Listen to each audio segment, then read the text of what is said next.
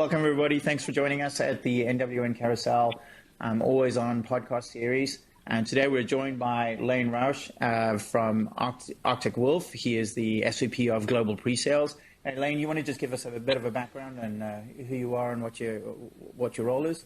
Sure. Thanks, Zane. I appreciate it. So I run the Global Pre-Sales Engineering org here at Arctic Wolf Networks. I've been here for almost 5 years, playing in the MDR and the security operations space. My background has traditionally been in infrastructure, so think storage, compute, virtualization, applications. But I've really positioned over the last 5 to 6 years myself into the security market, and it's been a fun ride so far, right? Addressing customers' problems in the security space has been very fulfilling. So today we're going to be talking a little bit about the MDR, but we're going to be using a lot of these acronyms and terms. And so what we wanted to do is just start out and give a very brief explanation as to what we mean by MDR, EDR, XDR, MSSP, and what the differences are, and then just take it from there. So basically, MDR services is from the way I see it, and help me out over here and chime in. But I see MDR services as much more of a SOC as a service. It's a platform driven where it's managed detection and response. It's driving the both the detection and all the way through to the remediation actions, where it's either recommendations or actually automated or something like this, but working with a client. When we talk about EDR, I think that this is MDR and EDR are often confused in the market, where EDR is an endpoint technology that allows for setting up the policies and definition around detection methods, etc., on the endpoint technology, and then which got a little bit more blurred when we started introducing XDR. So XDR now ties in a little bit more around where they've added a level of a SOAR capability, which is often used for those remediation actions. But the XDR is still, once again, it's an endpoint technology. It's taking in additional contextual information surrounding it, still doing a lot more of building those policies to be able to detect certain things, okay? But it's added that SOAR element to enrich, as well as certain remediation capabilities that are added in over there. And then maybe you can help out with the distinction between what's seen as an MSSP as opposed to an MDR provider. Yeah, it's a good question, and it is blurry, right? I think there's a detection and response component, I think, to almost every technology at this point. But when we look at managed detection and response versus like an MSS or a managed security service provider, traditionally MSSPs have been focused on things like commodity device management. So think like firewall management, or the ability to install and help maintain upgrades and things like that to security type devices. And then obviously they evolved into co-managed SIM setups.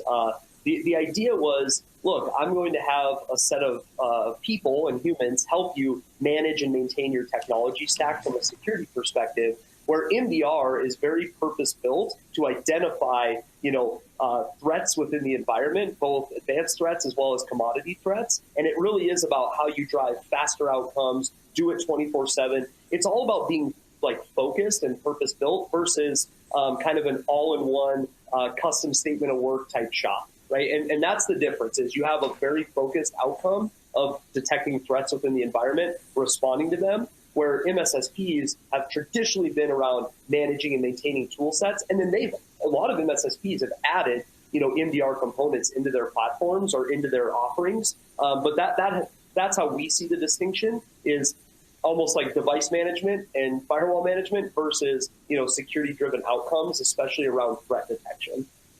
Yeah, so it's kind of an interesting point over there where you're talking about the MDR providers or MSSP, traditional MSSPs, trying to move into that MDR space and wrapping sort of that detection response and the response elements around what they're doing. So trying to do a little bit more with those off-the-shelf type platforms, and so it's kind of an interesting shift where it's blurring the lines a little bit more around what's an MDR provider and what's an MSSP. I know that the market analysts are trying to be a little bit clearer around, what that distinction is, but it still means that there is a possibility of being able to do, do more with those things. I think that, historically what I've found to be a challenge when it comes down to the distinction between MSSP and an off-the-shelf is a lot of those tools and technologies are not designed to be multi-tenanted.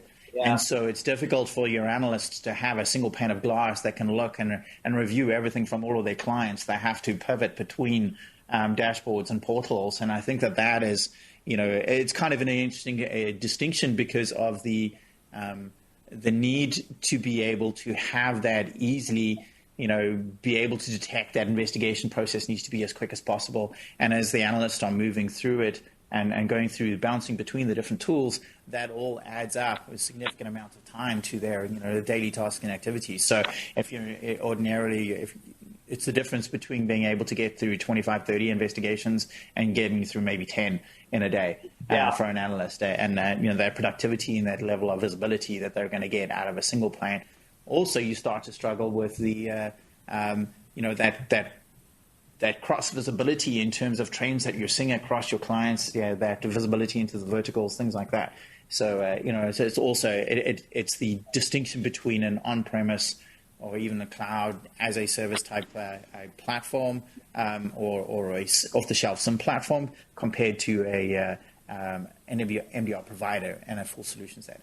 Yeah, I think you hit a few really critical points there, right? One, usually an MSSP that's going to try to deliver MDR services is normally going to use a third-party commercial SIM, right? So it's still that concept of, hey, I'm going to install and build and buy this SIM and I'm going to manage and maintain it, versus having a purpose-built cloud-native platform, right, with all of the workflow for the security operations team to actually leverage. So you hit it spot on, right, is if you have individual silos versus building an actual platform from the ground up to be able to deliver these services in a multi-tenant way across a lot of different customers and make sure it's efficient and effective, it's the difference, right? And that's all about focus, right? It's not that, in my opinion, traditional MSSPs couldn't do this, but you have to focus, right? You can't do everything for everybody, right? You can't be a jack of all trades. It's really important that you have, especially in this space, that you have a very strong focused purpose, which comes down to technology, the people, and obviously the processes. So definitely agree with your points. Yeah, so that kind of gives an interesting, kind of segue into kind of the next point that I wanted to go through, which was a little bit more around, what are we seeing? Who's moving to an MDR provider? What is driving that need? I think that a lot of things changed a lot with with COVID and the pandemic. Everybody shifted to work from home. Suddenly, a lot of organizations weren't necessarily prepared. They had to cut costs somewhere along the line, there was a definite trend and a move towards using a provider for this, probably out of necessity, and it was one of the areas where resources were cut, strangely enough. So what are you seeing as far as the market trends are concerned? Yeah, so let me do a little bit of a history lesson just so we're on the same page. So, when I joined Arctic Wolf about 5 years ago, this idea of a managed detection and response, capability, and augmenting your services or outsourcing it was really good for what I would consider, small to medium-sized businesses, right? Because really what I found is that security became a function of IT, right? It evolved as a function of IT, and you have, IT professionals that are really good at business applications. They're really good at making sure the business is running. They have really good NOC services. They've done really good. And so it made sense to go, well, how about you then take over security for our company as well, right? It was a normal thought process for executives and leadership. But the difference is building a security operations center is a completely different ballgame than building a NOC, right, in business applications. And so, when I was going into, more sophisticated customers 3.5, 4 years ago, the idea was still, no, I'm going to buy a SIM. We're IT people. We're going to be able to get them installed. We're going to be able to do this and manage it ourselves. And what we've seen over the course of the last 2.5 to 3 years is that this idea of trying to go down the path of doing it yourself, it doesn't make a lot of sense if it's not your core business, right? It's no different, in my opinion, than nobody cares about what servers are running Exchange in the cloud. They just want to use email, right? Like for them, they just want to get to the outcome. And I think that when you talk about MDR, really people are going, wait a second, I can actually give you money every year as a purpose-built business, and I can get to the outcomes of what a security operations center that I would have to build myself from the ground up, and I can do it quicker. So the market trends that I'm seeing, Zane, really is more people are becoming way more open to this idea of operationalizing their security operations center, and that is due to shift from remote work. It is due to more threats in the landscape, right? Like it is where we live today. So operational expenditures and outcome-based approach, companies are becoming way more comfortable with that. Yeah, so kind of an interesting point over there. I think that, when we look at the platform itself, it's not just a SIM. It's there are so many other things that go into it, and I think that is a cost in itself is significant. So we start with just the SIM platform, and now it's a lot of time and effort and being able to do all of the development around the collection of the log data and collecting all those log sources. The investment that goes into kind of the R&D side of it and what you're doing. Like everybody's now shifting towards my alignment with MDR attack framework, and so with that comes a whole lot of time and effort and development. It's a great framework, but there's a bunch of time that has to be spent on that development of those use cases. I think what I'm also seeing is a little bit, you've got like kind of two schools of thoughts, where your SIM platforms, a couple of them are really good analytics platforms, but are being used from business purposes as well as from a security standpoint. And there is a security element to what they're doing, but there are other businesses using it. And I think that you're seeing one trend where, in particular with the larger organizations, the enterprises, the global enterprises, where they can afford, and it's probably the only point where it actually becomes viable for them to actually have their own SOC, is that they're using these platforms, but they're using it for multiple purposes. IT operations becomes an important element. A lot of the analytics, you're seeing a lot more analytics platforms coming out to support your network operations, your employees, their visibility into the entire infrastructure. And I think that's one trend.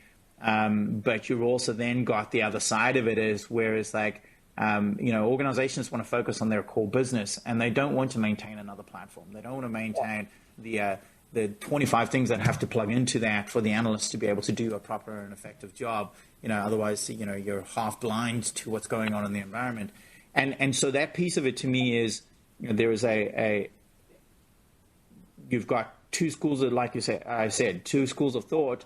The one is, I want to do this. I'm going to invest in this platform. I'm going to invest in the resources. It's the same people collecting data. It doesn't matter what it's from, so they're the infrastructure management and the underlying platform. But then there is still the designated SOC operations. And I think that also what I've seen a little bit more is that organizations are trying to find that hybrid, that model, what works for them. Where do they want to have their resources to focus their time, and which parts of the operation do they want to shift out to a service provider? And I think that being able to find that right balance for an organization based on where they want to invest their time, it was also going to make it a lot help with the determination as to which is the right provider for them from an MDR perspective. Well, and I think. Oh, sorry. Go ahead. Yeah, like you said earlier on, you've got to focus. You've got to pick what you want to be and focus your attention on that. You can't be all things to everybody. Yeah, and I think that's also where we're seeing the explosion of XDR, right? Is this idea of so we have obviously EDR, right? And that was obviously an expansion of being able to get deeper into endpoints. A lot of threats obviously originate there, and the whole idea is, okay, putting in a SIM platform, log analytics, whatever you want to say, and tuning that and building the workflows, like you said, is really hard. And so this idea is like, well, if I can build a system that can help correlate data, if I can do automated response, if I can build automated playbooks, if I can do all of that, that means that I can actually operate a security operations center with less people, right? I think that's the thought process.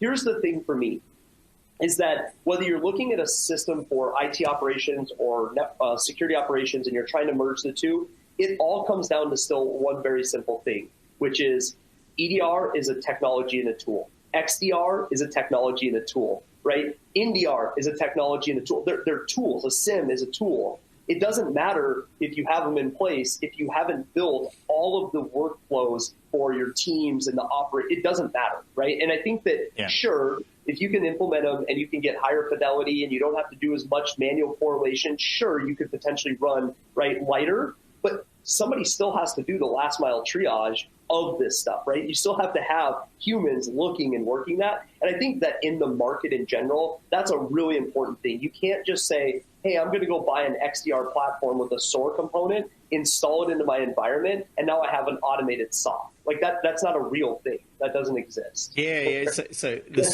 SOAR piece of it is always interesting to me. Is that, you know, it's often positioned as this silver bullet that's going to help you automate all of those things. And it turns out it's really hard to implement because you've got to have a mature operational process in place, and before you can actually go out and automate elements of it. And it's not that it's going to be there. And I think that a lot of those off-the-shelf, SOAR platforms where they have like 150 different playbooks already pre-built over there, invariably those are not. They're good examples, not necessarily what's going to be used and what's a practical implementation based on your unique environment. So I think that's it's kind of an interesting thing over there. And I think also just to note on the XDR side of it is that I think it was a necessary evil for us to be able to have a level of automation that happens around that, and they're giving you much more visibility into that, into what's going on the endpoints, irrespective of what the endpoint type is. But I think that a thing to note with that is that it is still just the endpoint, and I think that this cross correlation of information that you're seeing from the endpoint as well as on the perimeter is an important distinction. You're not going to see everything if you're just looking at the endpoint. I think that you guys tend to see, you've got like both your sensors as well as the endpoint agents and such like that they're using, and talk a little bit about why that. How you feel that is going to make a big difference. Yeah, I will. So from the beginning, right, at Arctic Wolf, the concept of broad visibility is broad visibility in the concierge level service is really, like, for Arctic Wolf, very core to what we do. So this idea of gathering data from network and cloud and auth and endpoint, and then putting them together through a data pipeline and an analytics engine and detection logic and having workflows and response, like, that has been what we've been building and doing for years, right? So the idea for us is that, you don't want to just look at endpoint. I mean, we have plenty of stories. In fact, I'll probably butcher the stat a little bit, but we were actually just looking like inside of our customer bases, and what we found is even customers that have really good next-gen EDR and EPP solutions deployed into their environment, almost 85% of them, we still identify, right, incidents that are actionable outside of even those systems that are alerting to us, right? So, like, you can't just use one source of telemetry. And here's my opinion on this. I actually believe that what's going to happen, and I'm sure some analysts have talked about it this way as well, is that the term endpoint is probably going to go away from this idea of an operating system where you install an agent, right? An endpoint will start becoming a resource in AWS. It'll become a network component. And then all of a sudden, we're back into the same conversation of identifying use cases and detection logic. Like, we're in the exact same spot as we have been forever, which, guess what? That still means we have to have the people and the workflow. Like, this doesn't go away. There is not a silver bullet for what we do.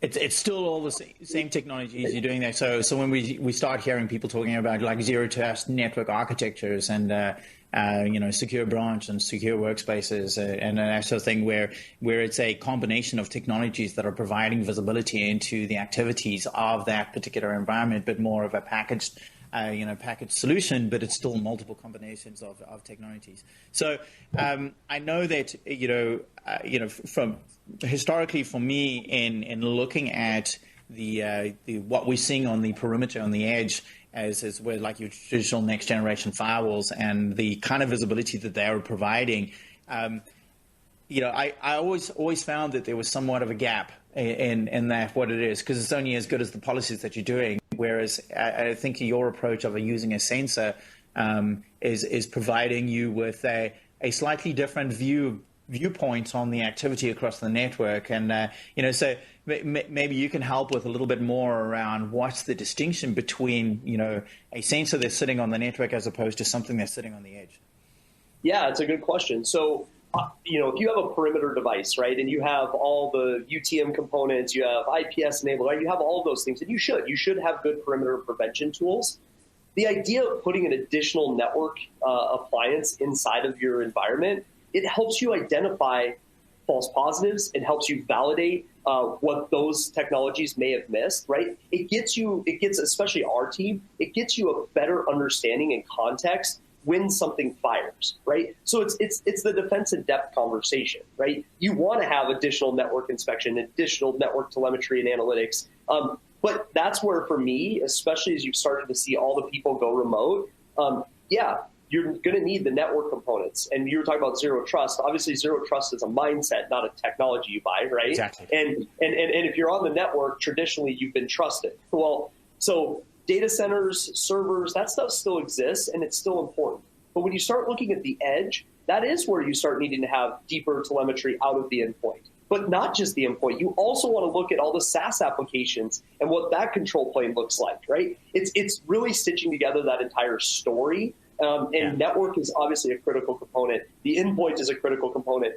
Like, none of this goes away, right? It's fun for us, at least, because I think our approach to this has really driven a lot of competitors in our space to start understanding, like, oh, we can't just do managed detection and response on one thing, right? We're going to have to figure out how to expand the visibility if we're actually going to tell a customer that we're a security operation for them 24/7 if we're in order to detect threats across multiple attack surfaces, right? So I don't know if that was helpful, but network's important to us, but it's one angle, right? It's one thing for us.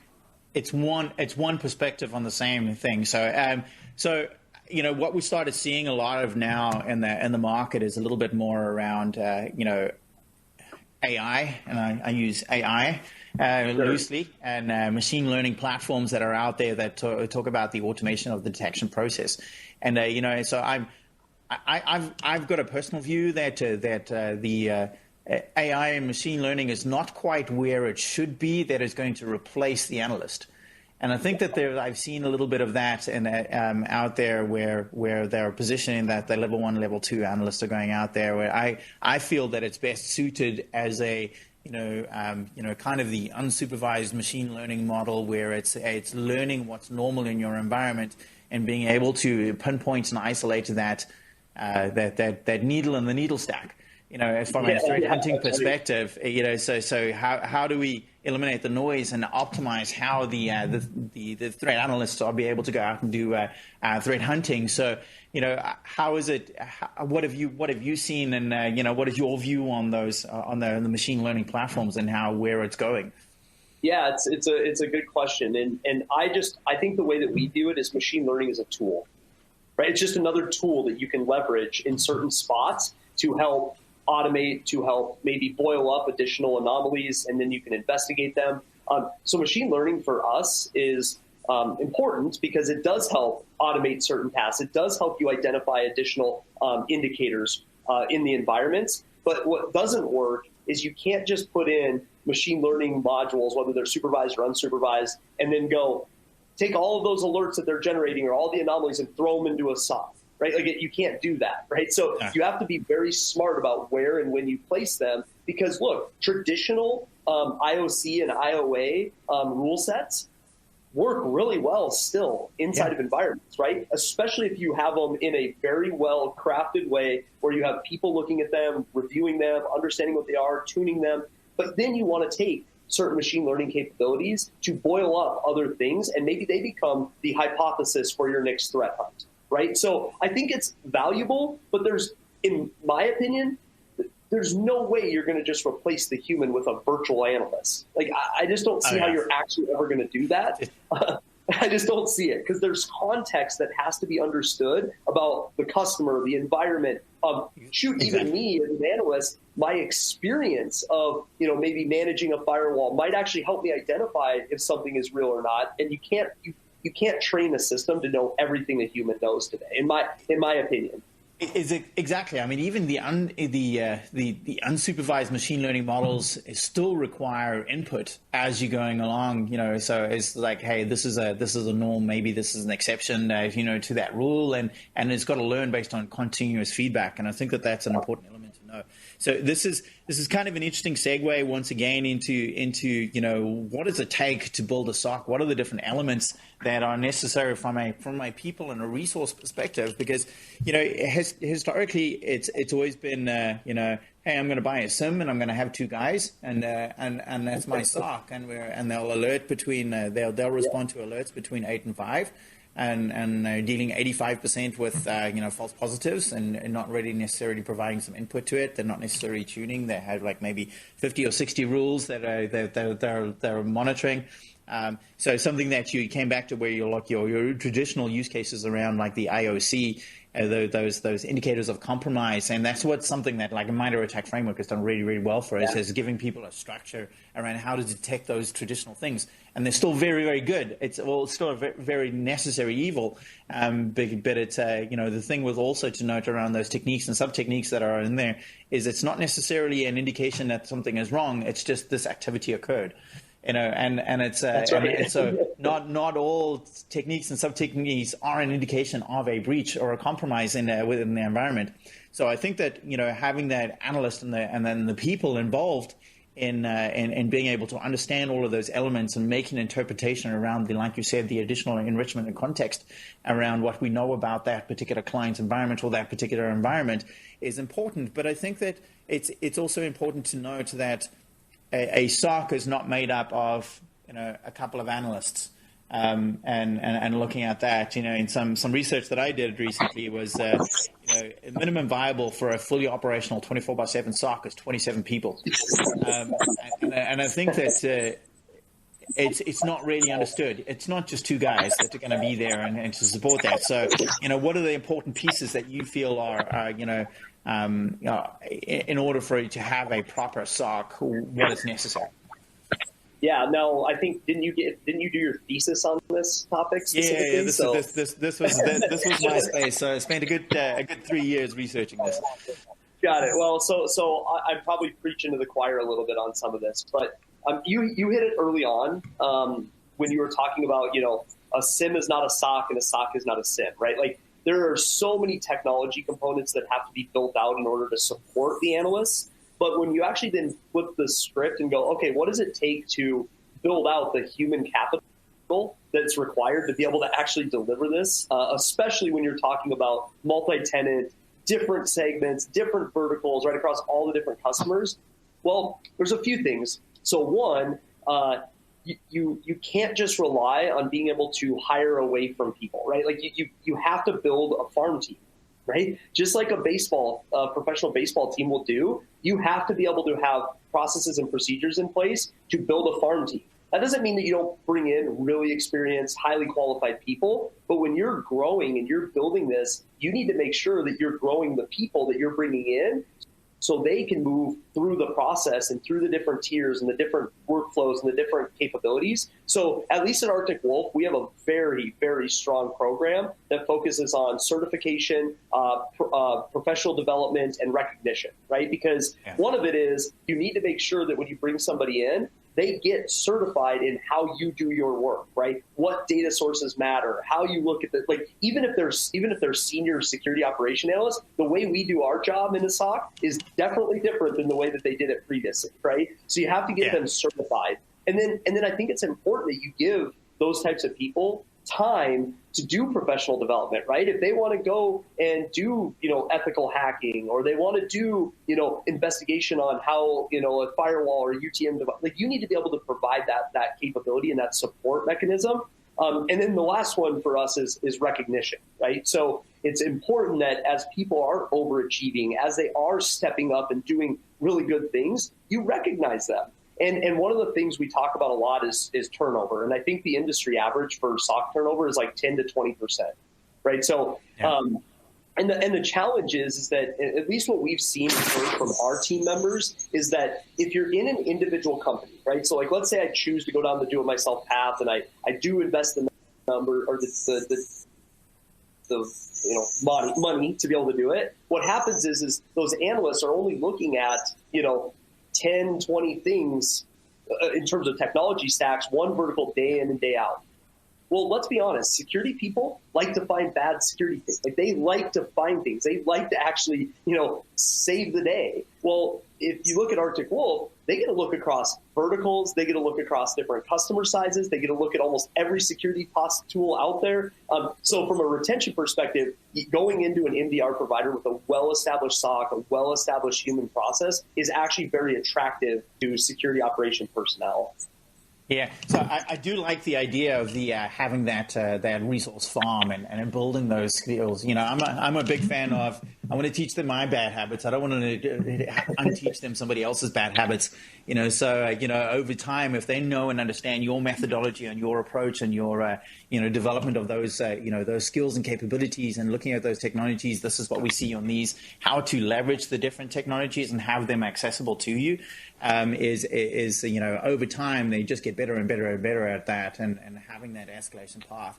I think that it's also there is an importance of having the level 1, level 2, level 3 type analyst groups and somebody with an overarching understanding of the context of the client's environment, because they're not always going to do. They're going to just see such a volume of stuff. And you're not always going to have the context. So there's additional information that they have to go and fetch around that, or understanding a discussion with the client as well. And so I think that, having those level 1s doing that triage, and they get good at a particular process, that initial, I'm doing this thing, and I'm going to learn how to do that really, really well. And I'm looking at these technologies, and I may be focused on a particular client with, a couple of clients where they've got a focus area around technologies or in a particular vertical, so you're going to see a lot of similarities. But then as you move up the stack a little bit more, it says as you're gaining experience across more and more, and that build of that career path, because, there are guys that want to be an analyst forever. Yeah. That wasn't me. But there are definitely people that want to do that, but they have to see that career progression. And I think that, one of the things is that, when you're looking at the resourcing models that are necessary over there, and you're going to have your level 1s, that's the one that actually can be quite well commoditized. It's that lower end one. It's as you start to specialize that they have to focus. And as they're moving up the stack, so you're going to be good at a subset of technologies. You're not going to be good at all technologies. And then you're going to move up further and further. So once you get to the level 3, they're good at all, good enough on everything, but they're really focused and a specialist in a particular area, and that changes it. So when you start looking at, some guys are really good in threat hunting. Some guys are going to be really good on like the content development and the research necessary around those development of those use cases and identifying the certain things and patterns and how to tweak and tune and those sort of things. And you're going to have some guys who are just researchers. They just dig into something, and they're the ones who dig out all of that information and know exactly how to go about remediation. So, and then your more high level client facing concierge type of resources that you have are the ones who just understand the context. They just understand the client environment. They are the ones who are dealing with them. So there's this necessary multi-tiered layer that is necessary for a SOC operation. And then forget about, now you have to maintain and manage your platform, the underlying architecture. Yeah. It's a whole different group of people that are necessary. So, and I think that those are elements that are forgotten about often when organizations think like, well, we'll build our own SOC. That's right. I think in my research that I did, it only got to a point where you had to have something like more than 500 security devices in your environment to make it fully economically viable for you to have your own SOC operation. And you think about that, it's a big organization, and that puts you in Fortune 1000, Fortune 500 sort of scale, 30,000 employee type organizations, for them to be really viable for you to have a fully operational SOC operation, SOC team. So, I think that it's something that's important for companies to think about a little bit more. The R&D side of it, the amount of time and effort that goes into the development of that content, and then looking at what's the best match for you and your organization as to what is going to be there. Because if you're not multi-billion-dollar revenue company, you probably can't afford to have a fully operational SOC. And it's always going to lack certain elements of the visibility. So it's about figure out what you want to be good at, where you want to focus your attention. So I see a lot of clients that have gone into a little bit more around they don't want to do the 24/7, that level 1, level 2, even potentially some elements of the level 3, but they want to take care of the higher level, the deeper dive investigation piece of it. They want to dig into the, handle the remediation, the recommendations, and that sort of like this. So find a partner that is going to be able to work with you in that space, and it's going to be able to adjust and shift based on your specific needs and requirements and where you want to be when you grow up. Yeah, it makes sense. And I think that you hit on a couple good points, which is, at least at Arctic Wolf, we have a very strategic part of our SOC, and we have the engine, right? The tactical side of our SOC. And look, there are individuals that either want to be on the strategic side or they want to be in the engine. And identifying that and making sure you have that laid out for them is really important. What I find really interesting is even if you outsource level 1, tier 1, tier 2, however you want to call it, and now you want to be the one that's going to do deeper investigations and maybe do some threat hunting, but you're going to really be handling a lot of the escalated incidents out of 1 and 2. Yeah. What, at least at Arctic Wolf, what we've tried to do over the last 5 years, and we're always doing this because it's just how it works, is we want to take and get security incidents soon enough to where they're just automated IT processes, right? So, like, if you can take, right, the traditional standard, bucket of security incidents, phishing, malware, like persistence on the device, compromised credentials, all of those, if you can identify them early enough and you can build the right workflow in the stream, hopefully you get it to a spot where instead of you having to go do a massive amount of research around where that compromised credential was used, and if you can catch them early enough and you have the telemetry around it so you know where else they've been, you can now just go get the passwords reset, right? Go do the IT function. And if you do that quick remediation. Yeah, so I mean, that's also something, if you look at it and you map it against the cyber kill chain, and you look there, the difference between an attack and a breach is 15-20 minutes. Right. And then typically, if you look at an organization's change management process, talking that, for them to make a firewall rule change, it's 3 days. 4 days for them to get around to that, and so that is one of your biggest risks around an exposure. So, having and be tying into that playbook around these particular use cases, knowing what your responses are going to be, and making sure that there's good recommendations about how we're going to work with those work with that organization is going to be really, really important. An MDR provider is an extension of your team. It's an extension of your organization, and it needs to be there and make it necessary for you to really continuous protect your organizations and protect, essentially it's a risk management issue. Yeah. Well, that's funny. I mean, you and I have focused a lot on MDR today, but just so you and I are aligned, and I think the audience in general, is that, Arctic Wolf has taken an approach to this, early on with MDR, broad visibility, doing external vulnerability scans as part of our MDR service, doing dark web. We do a lot more than just, threat detection and response, right? We have security journeys. And what we figured out is that if you actually build a really strong security operations component and you do things like vulnerability and configuration management, and you tie all of that together with MDR and threat detection, and you now take human components like training and things like that, and you put them together, you're building a way that you can address, whether you want to use, NIST cybersecurity framework, right? Or whatever you want to do, you're starting to drive risk down by actually leveraging how do I reduce the likelihood of a security incident happening, and then if one does or when one does, how do I reduce the impact? And it's not just about threat detection. It's also about how do we try to actually reduce the attack surface and identify security issues or better, if you will, hygiene in your environment. And if you can combine all of these together, you as a business are going to be way better off in terms of your risk profile than if you go and buy a different endpoint solution,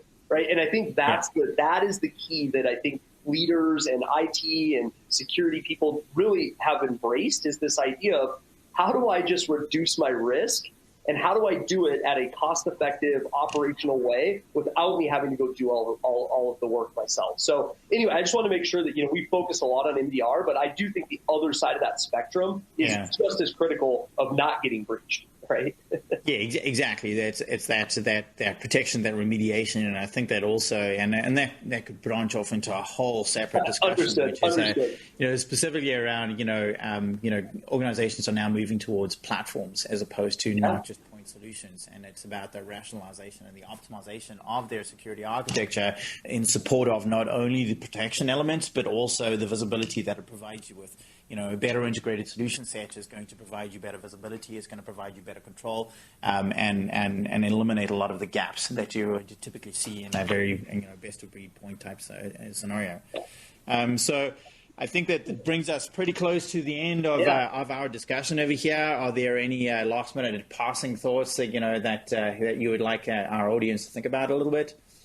Yeah, I think the only one that I would say, and it'll be a little rehash, is ultimately, if you are not doing 24/7 monitoring, if you are not doing vulnerability management, if you are not doing awareness training, like if you're not doing those things as a business, your next step probably shouldn't be, DLP implementation or replacing your existing antivirus. Like this should be the space that you should be looking at to reduce your risk within your environment. You will be way better off in terms of the overall landscape than if you just try to go buy another point product. That's, I think, the only thing I would leave everybody with is that I think people are starting to understand, and businesses are understanding, that a real good security operation is pretty much critical to a business. You wouldn't run your business without an HR platform, right? You shouldn't run your business without a security operations center. Yeah, I think that there's going to... I think that's important to know. Yeah, I think there's going to be a trend towards... As far as the cyber, and when you think about cyber insurance, a lot of organizations are going to get that. The insurance companies are looking at the risk of that particular organization, and it's going to have a direct impact on your premiums. Using an MDR gives you that MDR provider gives you that level of maturity that you inherit all of the operational maturity that they would have, and it has a significant difference on you. So I think that you're right in that probably most organizations have the fundamentals of a security architecture and the technologies and that something like this. And to be honest, the difference between the different whatever color badge you want to wear is not necessarily that significant. Some are going to be good in one area and some are going to be good in the other areas, but it's about how do you take advantage and maximize that investment that you've already made and get the most value out of it, both from a control as well as a visibility perspective.